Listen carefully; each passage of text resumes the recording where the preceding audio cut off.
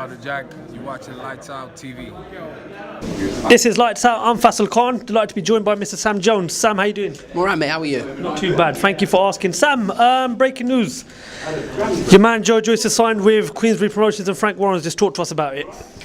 Well, it was something that was we were in talks with for quite a while. We finally managed to get it over the line. I think it's what Joe needs in his career now. UK-based promoter that's going to really push him, and the BT being the massive platform that they are, it's perfect for him. What's the main reason for signing with Frank Warren? We want the big fights. We want big fights, and we want Joe to have.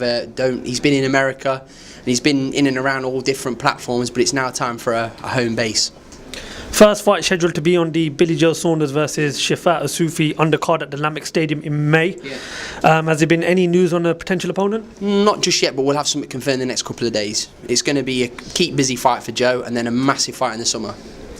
When you say massive fight, are we right to believe that fight will be for the British title against Daniel Dubois? Could be, might not be. We've got many options on the table. Joe's mandatory for a WBA regular world title. He's mandatory for Ajit Kabal's European title, and he's also in line for the British title. We've got many options on the table. Dubois is one of them. I mentioned to Adam that Frank Warren's got a very good stable of fighters in the heavyweight division. Yeah. Nathan Gorman, Daniel Dubois, and of course Tyson Fury. Yeah. Now, we all know that the Daniel Dubois fight is likely to happen pretty sometime in the summer, maybe after the summer.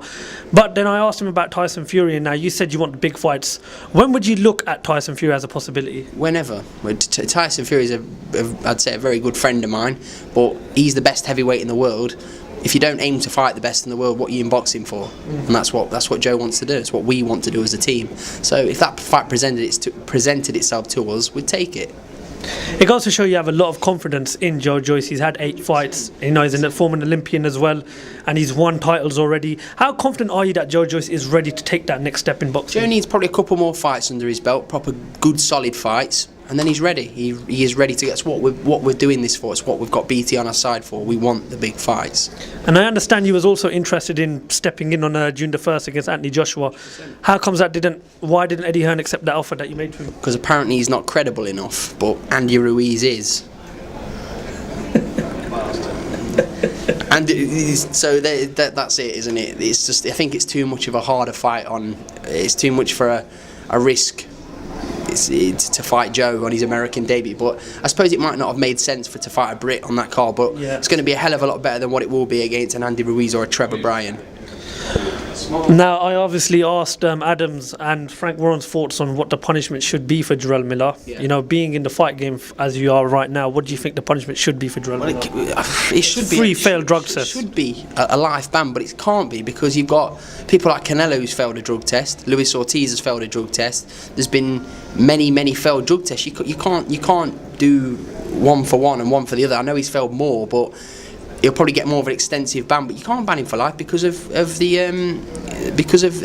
what's happening in boxing. There's so many drug cheats available to fight. But me personally, if you ban somebody for life, nobody would do it again.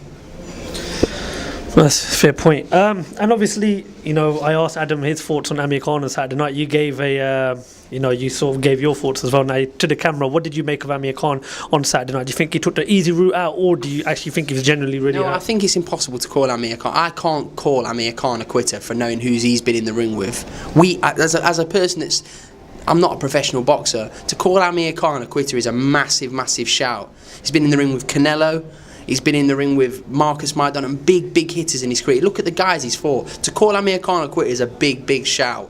So something must have gone wrong. And even if he did want to weigh out the fight, how can anyone call Amir Khan a quitter from what he's done in his career? I think it's outrageous call to call somebody like that. He's huge balls, Amir Khan. 100%. Sam Jones, listen, thank you very much for your time. Really excited to hear the news about Joe Joyce. Thanks, and we look forward to catching up with you soon. Nice one, mate. Perfect. Thanks for your time. No worries, mate. Cheers.